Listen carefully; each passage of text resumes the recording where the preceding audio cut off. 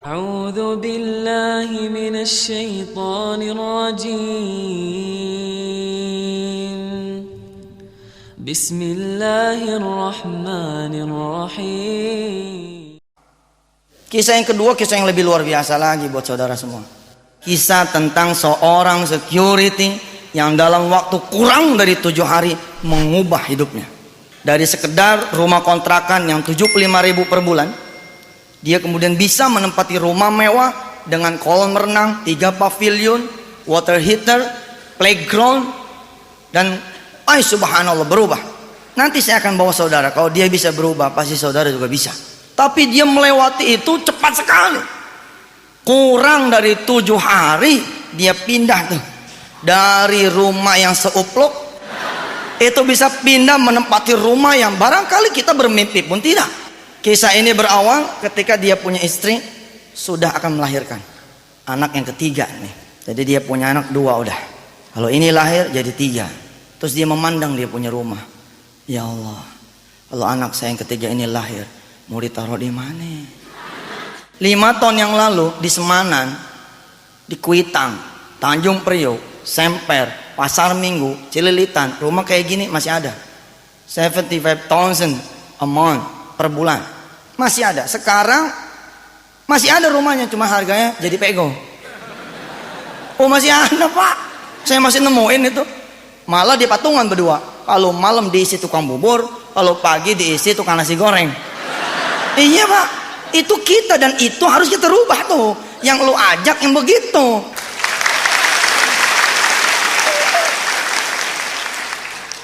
Bapak ibu rahmat Allah, ketika suami istri ini sadar bahwa kemampuannya terbatas, dia datang pada Allah. Kata istrinya, bang, bagaimana kalau ntar malam kita sholat tahajud yuk? Saya mau khawatir nanti ini jabang bayi keluar duit nggak ada. Ini jabang bayi keluar kita tempatnya belum gede. Kita minta dah sama Allah, Allah kan yang punya bumi, pindahin dah dikit dari yang 75 ke yang pegoh begitu. Oh iya pak, orang kecil sederhana. Diyain sama sang suami, oh ntar malam kita bangun dah. Yang bangun duluan si istri. Bapak ibu, untuk membantu saudara membayangkan betapa kecilnya dia punya rumah. Itu rumah dibagi 3 ruangan. Ruangan depan, ruangan tamu, yang tidak bisa disebut ruangan tamu. Dan kalau malam itu ruangan jadi tidak bergerak karena motor si suami masuk ke dalam. Bangku ditindih-tindihin gitu, terus motor masuk. Ada di antara saudara, iya rumah gue begitu juga tuh. Oh saatnya bermimpi, iya dong. It's time to dream, gitu. Jadi begitu. Rumahnya dibagi 3 saya bilang. Ruang tengah jadi kamar tidur. Kamar tidur tidak ada lemari. Kenapa? Karena nggak muat. Medium bed dia punya tempat tidur. Ditaruh di situ, hanya tersisa 1 space buat sejadah. Loh, berarti dia nggak punya pakaian? Punya. Itu lemari pakaian dia taruh di depan kamar tidur, di lorong menuju koridor dapur dan toilet. Bayang ya. Jadi 1 tuh pak. Masya Allah, masya Allah. Tapi itu Jakarta. Oh Jakarta. Makanya gubernurnya saya aja udah.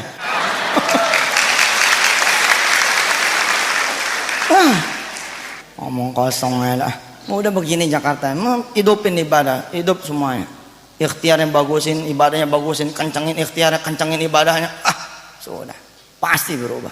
Dia berdoa. Yang bangun duluan rupanya istrinya nih. Emang rata-rata di mana yang jagoan tuh istri kalau buat ibadah. Dia bangun berdoa. Biarkan suaminya tidur. Tapi dia kencengin doanya. Biar suaminya bangun. Ya Allah, kau lihat tuh suami saya. Udah begini masih malas juga bangun. Kan katanya jangan malas dah. Kenapa sama Rasulullah doa anti hutang itu justru ada kalimat al-ajzi, dari kemalasan. Ya karena itu biangnya utang. Ajzi kelemahan dan kasali kemalasan tuh membiangnya utang tuh 2. Ya Allah, lihat tuh suami saya. Idih. Katanya mau bangun bareng tapi masih tidur. Udah biarin saya aja yang berdoa, ya Allah, saya aja yang berdoa. Rob kasih duit suami saya. Supaya dia bisa mindahin saya dan anak-anak saya ini 3 ini. Amin, di dalam 1 ini Allah pindah ke rumah kontrakan yang pego udah sebulan begitu dia bilang. Suaminya bangun. Dia ketawa dengerin istrinya doa begitu. Tapi dia nggak marah, emang udah janji. Dia bangun, dia ambil wudhu, dia sholat. Dia sholat tidak di samping sang istri. Kenapa? Nggak muat. Di mana dia sholat? Di belakang. di belakang. Begitu sholat dia berdoa. Doanya cuma 3 kata, lebih sederhana daripada sang istri. Apa dia bilang kata si suami ini? Amin, amin, amin. Ditanya sama si istri, lu kok abang doanya cuma amin doang? Lah kan doanya udah lo tadi. Gue tinggal amin aja gitu.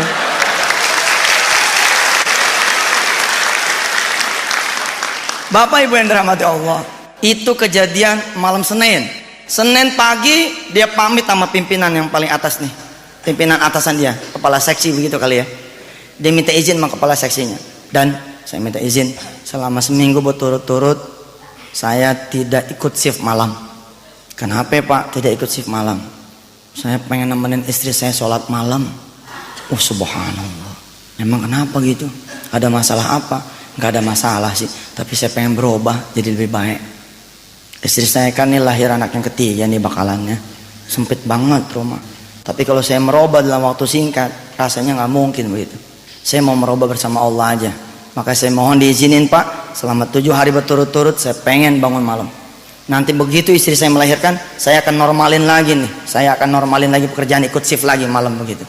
Diizinin karena memang luar biasa keinginan si security ini. Ya deh, ente mau orang soleh dah, suami yang soleh. Ya deh ikut dah. Belum tentu loh Pak. Belum tentu istri soleh, suami soleh.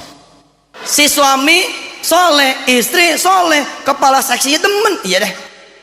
Kewajiban gua nih, insya Allah gua urus ke atas. Emang ini unsistem, ini tidak sistem namanya nih.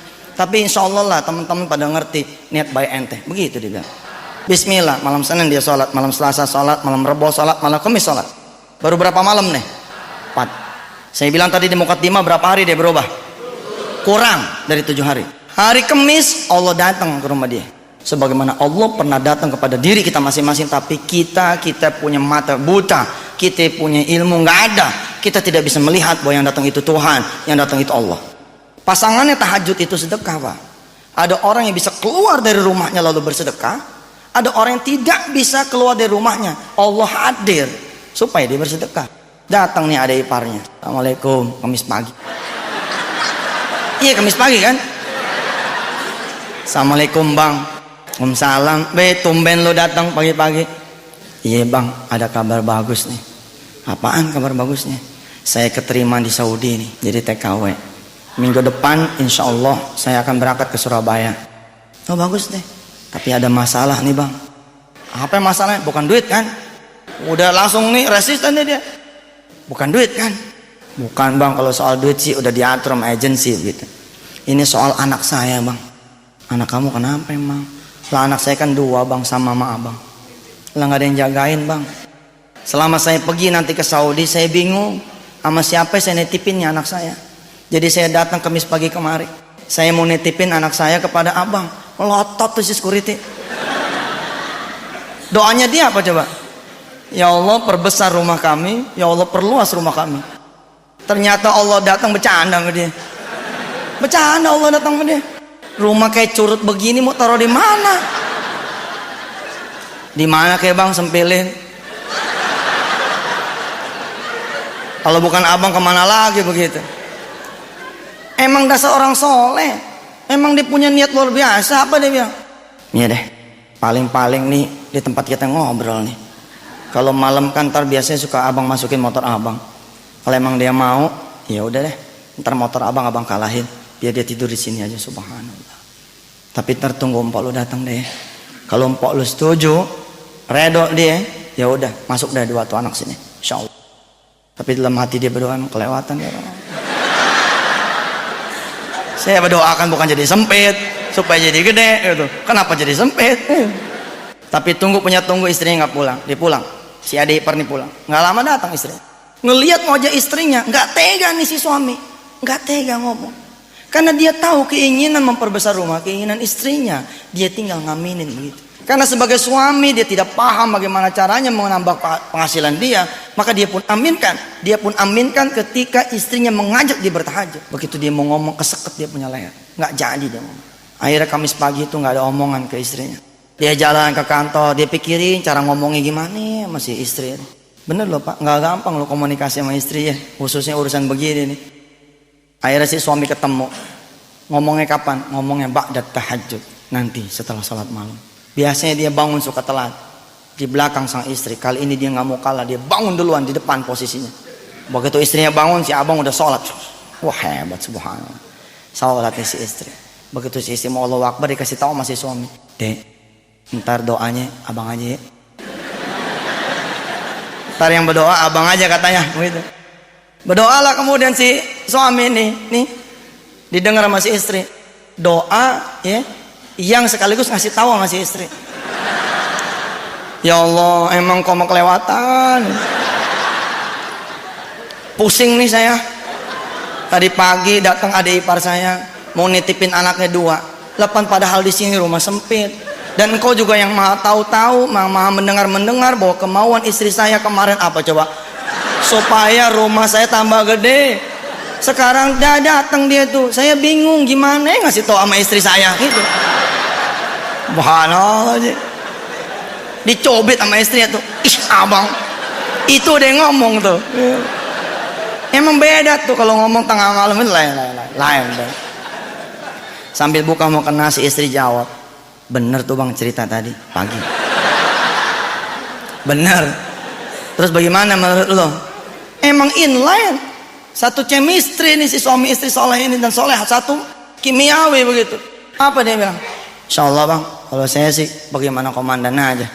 Bagaimana abang aja. Abang setuju ya udah tinggal kita geser motor itu aja dah. Sama. Si suami ngegodain. Nah kalau motor kita hilang bagaimana deh? Gak mungkin hilang. Gimana gak mungkin loh. Motor di dalam aja bisa hilang, apalagi kita taruh di luar. Udah gak mungkin bang, kata si istri. Dengan yakinnya dia bilang, kita titipin tuh motor sama Allah. Kalau sampai hilang juga kita komplain bang. Kita komplain. Lah kita jagain titipan dia, masa kita punya titipan hilang gitu. Itu kejadian malam apa tuh? Malam Jumat. Berapa hari udah? 5 hari. Malam Senin, malam Selasa, malam Rabu, malam Kamis, malam Jumat. Jumat pagi dia berangkat nih ke rumah adiknya, ngasih tahu kalau sekolahan ada free trialnya.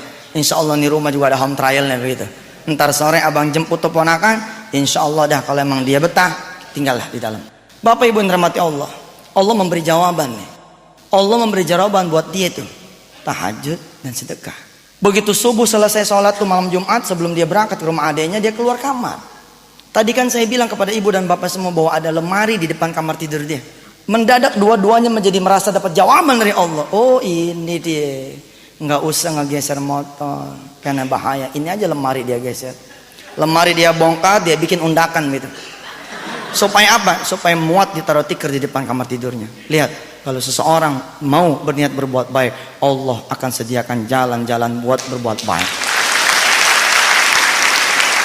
Lanahdiyannahum subulana, kata Allah, aku akan menyediakan, mempermudah kalian untuk berbuat baik. Begitulah dia jalan. Habis ngasih tahu sama adik iparnya, dia berangkat ke kantor. Sampai kantor, rupanya Allah masih menguji dia nih. Masih menguji. Memang Allah itu maha luar biasa. Dia uji hambanya yang udah soleh kayak begini masih diuji. Ada security badannya gede ngepok dia tuh. Woi, dipanggil big boss lu. Pak, maaf, orang kecil dipanggil sama orang gede. Apalagi pimpinan nomor 1-nya di kantor itu. Bukannya gede nyalinya, ciut. Orang kecil dipanggil sama big boss baru seneng kapan? Kalau dipanggilnya bulan Ramadan. Bagi jekat nih. Ini nggak ada angin, nggak ada apa dia dipanggil. Apa gue punya salah ya? Godain lagi temennya nih. Iya kali lo. Punya salah, kalau nggak punya salah masih dipanggil sama bapak lo. Dia berangkat ke atas. Assalamualaikum, selamat pagi pak. Waalaikumsalam, pagi. Duduk. Izin pak, tarik bangku. Dia duduk. Bapak benar manggil saya? Ya benar. Saudara merasa nggak punya salah sampai saya panggil Jumat pagi ini kemari? Ya Allah, ibu bapak yang rahmati Allah. Dia ini orang lempeng gitu, orang lempeng gitu, nggak pernah punya salah. Dia nggak sadar bahwa kesalahan yang dimaksud oleh pimpinannya adalah dia minta izin tidak shift malam. Memang pak, kalau saya jadi pimpinan dia juga barangkali saya akan bilang giliran nggak shift aja lo tahajudnya. Ntar kalau semua pada ngiri sama lo, Nggak ada yang jagain kantor gua dong malam. Semuanya katanya tahajud begitu kan? Wajar dong si bos ini merasa marah, wajar nggak? Oh, wajar. Makanya jangan kerja lo, dagang.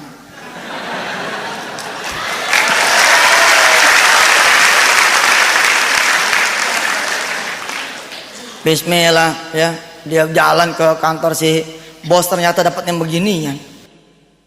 Merasa nggak situ punya salah sehingga saya panggil Jumat pagi ini. Pikir-pikir nggak mampu dia ketemu. Memang dia orang lurus. Langsung tuh dengan nada tinggi si bos bilang, ini perusahaan punya siapa? Memangnya punya kamu, lalu kamu seenaknya mengajukan permohonan tidak ikut kerja malam. Bagaimana kalau yang lain ikut dengan kamu? Siapa yang menjagai? Saya punya kantor.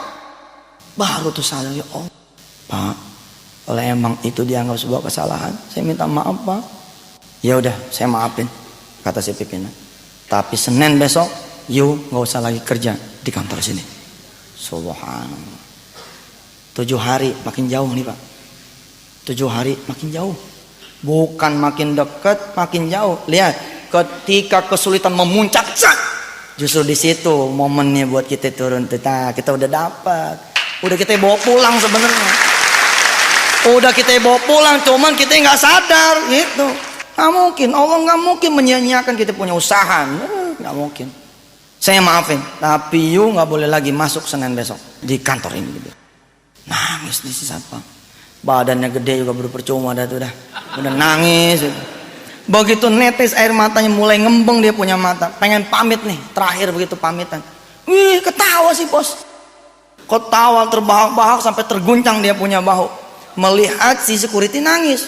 Si security ngelihat si bos ketawa, bingung. Bapak ketawa Pak, Bapak seneng ya ngeliat saya susah. Bukan lah, lu serius amat sih, kata si bos itu. Bukan, lu kok serius banget sih. Maksudnya apa ya Pak? Ini kan Jumat bercanda. Jumat bercanda. Justru saya panggil situ kemari karena situ luar biasa. Saya udah lama puyeng. Saya pengen keluar negeri, tapi rumah saya nggak ada yang jaga.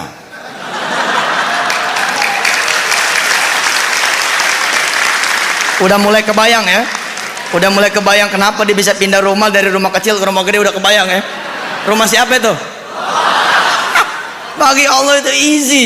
Allah pilih rumah siapa ini yang bisa gue pakai. Lah kita ngebayangin aja nggak bisa, apalagi mengatur dan mengeksekusi. Sekali lagi tuh saya tekankan.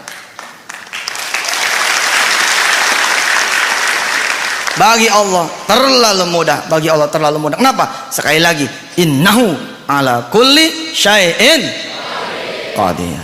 Masya Allah. Ternyata si pimpinan pengen keluar negeri. Selama ini dia puyeng. Siapa di antara security yang dia punya, yang dia pilih buat dia tempatkan di rumahnya. Lalu minggu yang lalu dia dapat kabar bahwa ada di antara security, barisan yang dia punya adalah security yang saleh. Dia bangun malam karena dia menghendaki perubahan buat keluarganya. Dia pengen pindah bersama keluarganya, pindah ke rumah yang kontrakan lebih besar, yang rupiahnya lebih gede, supaya muat nih anak jabang bayi yang ketiga. Lalu diaminin sama si bos, maka si bos bilang, ya sudah, dia saja yang saya pilih untuk menempati rumah saya selama 6 bulan saya pergi. Allahu Akbar. Lah karena si security nggak nyampe otaknya nggak nyampe, dia pikir si bos cuma mindahin dia doang dari kantor ke rumahnya selama 6 bulan berturut-turut. Malah menurut dia bahaya nih, nggak nyampe akalnya. Kalau nyampe dia jadi bos ya. Dia bilang, ya maaf dia, bukan kita ngecilin security, lah emang begitu. Kalau emang bagus jangan security dong lo. Lo jadi apa kek? Enggak lah, semua bagus ya enggak. Yang enggak bagus memang enggak kerja. Bapak Ibu yang rahmati Allah, apa dia bilang? Kalau begitu mas saya nggak bisa Pak. Oh nggak bisa? Oh saya paham. Bukan cuman kamu, tapi ajak itu istri kamu dengan 2 anak kamu, dengan calon bayi kamu itu boyongan ke rumah saya. Subhanallah. Rumah saya ada 3 pavilion di belakang, pakai semua. Ada kolam renang, cebur dah situ. Ada playground, pakai. Itu pavilion 1, pavilion utama karena buat tamu, guest house. Itu ada water heaternya, ada kulkasnya, ada TV-nya, pakai. Jangan dijual. Pakai udah. Kamu cuma nggak boleh masuk ke mana? Masuk ke ruang tengah. Masya Allah. Lihat Pak, saya bilang di muqaddimah tadi, belum nyampe 7 hari dia udah berubah. Kenapa dia berubah? Satu, dia punya semangat. Dia juga to do something, dia melakukan sesuatu. Dan dia dapat dia punya mimpinya. Dan rumah ini kalau dia terus-terusan beriadah, di rumah itu dia beriadah siang malam beriadah. Tambah ikhtiarnya juga luar biasa. Insya Allah di rumah ini pun bisa jadi Allah akan kasih sama dia. Bisa aja Allah bikin tuh bosnya mati di luar negeri. Gak balik lagi. Oh udahlah. Gampang ya. Hebat. Khalil Gibran bilang, dan ini omongannya Rasul. Apa tuh kata Rasulullah? Anda cuma punya niat saja, nanti Allah yang akan menyempurnakannya. Dalam bahasa Quran Allah bilang, wa ma tunfiqu min khairin fali anfusikum wa ma tunfiqu min khairin yuwaffa ilaikum wa antum la tuzlamun. Cukup kalian berniat berbuat baik dan lakukan niat itu, maka aku yuwaffa ilaikum akan menemani perjalanan kesuksesan Anda semua. Wa antum la tuzlamun. Kalian pasti tidak akan rugi. Maka hari ini, sore ini, saya mengajak Bapak dan Ibu semua, bangun. Kita berdiri di hadapan Allah. Kita sampaikan kita punya niat. Kita sampaikan kita punya hajat. Rob, saya pengen berubah. Sampaikan. Tidak cuma di ruangan ini, tapi di atas sajadah saudara. Bawa semangat yang ada pada ruangan ini ke ruangan sholat saudara, ke ruangan ibadah saudara. Maka akan saudara saksikan Allah menurunkan malaikatnya. Tatanazzalu alaihimul malaikah. Tinggal PR-nya buat kita tadi tuh. Mau nggak kita salat malam? Mau nggak kita sedekah? Saya tanya sama ibu bapak saudara, mau nggak salat malam? Mau nggak sedekah? Kita buktiin dah. Saudara percaya? Percaya. Hah? Percaya. Percaya. Sekarang duit berapa? Berapa itu? 90. 90. Ada 90.000. Ini 90.000 kata Allah. Man ja'a bil hasanati falahu asyru amsalihah.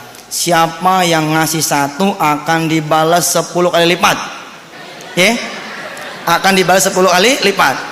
Saya akan membantu saudara Abbas melipat gandakan dia punya uang 90 jadi 900. Bagaimana caranya? Kalau dia sedekain yang 90.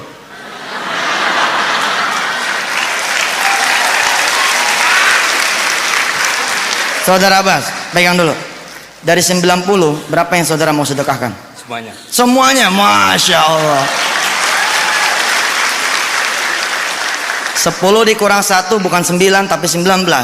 Tapi 10 dikurang 10 bukannya 0 tapi 100. Lihat kisah yang pertama, si guru TK, dia bersedekah 150 kali 2. Yang terjadi Allah memberikan 3 juta setiap bulan. Subhanallah. Ya udah duduk.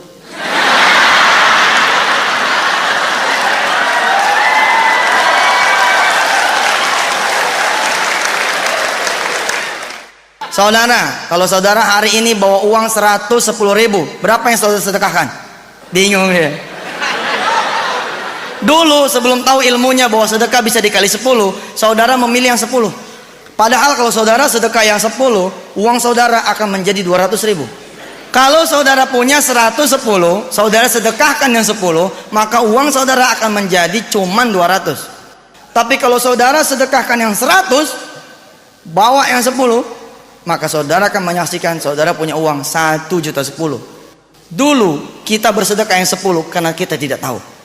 Sekarang tetap karena nggak percaya. Padahal kalau kita percaya itu yang terjadi. Dan kalau saudara tidak percaya, kafir hukumnya. Karena yang ngata ini Allah, bukan Yusuf Mansur. Ayo, al ilmu bila amalin kasyajar bila samarin. Besok pagi saudara akan mengetahui saudara berhak tidak mendapatkan pertolongan Allah. Besok pagi saudara akan mengetahui saudara bisa jadi orang kaya atau tidak. Besok pagi saudara akan mengetahui apakah saudara bisa menjadi orang sukses atau tidak. Kapan? Ketika saudara bangun. Kalau saudara bangun setengah 6, itu tanda Anda bukan orang kaya. Oh iya Pak, baru ngaji semalam aja, sholat malam udah lewat. Tapi kalau saudara besok pagi bangun ternyata jam 3, setengah 4, berbahagialah saudara. bisa jadi bahwa Allah sudah memilih di antara saudara untuk menjadi orang yang sukses. Karena orang yang sukses bukan sekedar niat, bukan sekedar tahu, tapi dia melaksanakan. Ibu bapak yang dirahmati Allah, kita berdoa. Bismillahirrahmanirrahim. Allahumma salli ala sayyidina Muhammad wa ala ali sayyidina Muhammad. Allahumma ya Allah, Engkau yang maha tahu segala keterbatasan ikhtiar kami. Engkau yang maha tahu ya Allah segala kekurangan dari kemampuan kami. Berkenanlah Engkau pada sore hari ini menemani perjalanan kesuksesan kami ya Allah, meraih keberhasilan dunia dan akhirat-Mu ya Allah. Bersediakah Engkau ya Allah menemani perjalanan kami ya Allah dalam ikhtiar kami mencapai dunia dan akhirat-Mu ya Allah. InsyaAllah ya Rabb, kami akan berubah menjadi orang-orang yang baik. Kami akan berniat juga menjadi orang-orang yang baik dan melakukan kebaikan. Ya Rabb, izinkan kami berbuat sesuatu untuk orang-orang yang kami cintai. Izinkan kami berbuat sesuatu ya Allah untuk orang-orang yang kami cintai. Izinkan kami berbuat sesuatu ya Allah untuk orang-orang yang kami cintai. Ampuni kami ya Allah. Di antara yang hadir di ruangan ini barangkali ada yang membawa masalahnya masing-masing. Engkau yang maha melihat. Engkau yang maha mengetahui. Engkau yang maha mendengar. Kami semua mohon padamu ya Allah agar kami tidak sendiri di dalam ikhtiar kami. Temani kami dengan kuasa-Mu ya Allah. Temani kami dengan rahmat-Mu ya Rabb. Temani kami dengan kekuasaan dan kebesaran-Mu ya Dzal Jalali wal Ikram. Allahumma ya Allah, yang hadir di sini juga adalah orang-orang yang punya niat, punya hajat, punya keinginan, punya maksudnya masing-masing. Sedangkan Engkau ala kulli syai'in qadir, maha kuasa atas segala sesuatu. Maka buktikanlah kekuasaan-Mu ya Allah pada sore hari ini pada diri kami semua, agar kami bisa merasakan kebenaran janji-Mu. Rabbana 'alaika tawakkalna wa ilaika anabna wa ilaikal masir. Pada saatnya nanti kesuksesan sudah ada dalam genggaman kami ya Allah. Pada saatnya nanti kebahagiaan benar-benar sudah menjadi pakaian kami. Pada saatnya nanti keberhasilan sudah bisa kami ceritakan kepada orang lain. Maka jadikan itu semua sebagai berkah buat sesama kami ya Allah. Jadikan kami orang-orang yang bermanfaat di dunia ini. Rabbi ighfir lana warhamna wa tub alaina. Rabbi ja'alna muqiminas shalah wa min dzurriyyatina rabbana wa taqabbal du'a. Rabbana ighfir lana wa liwalidina wa lil mu'minina yawma yaqumul hisab. Rabbana atina fid dunya hasanah wa fil akhirati hasanatan wa qina adzabannar. Bi fadli subhana rabbika rabbil izzati amma yasifun wa salamun alal mursalin walhamdulillahi rabbil alamin. Hadanallah wa iyyakum ajmain. Tsumma assalamu alaikum warahmatullahi wabarakatuh.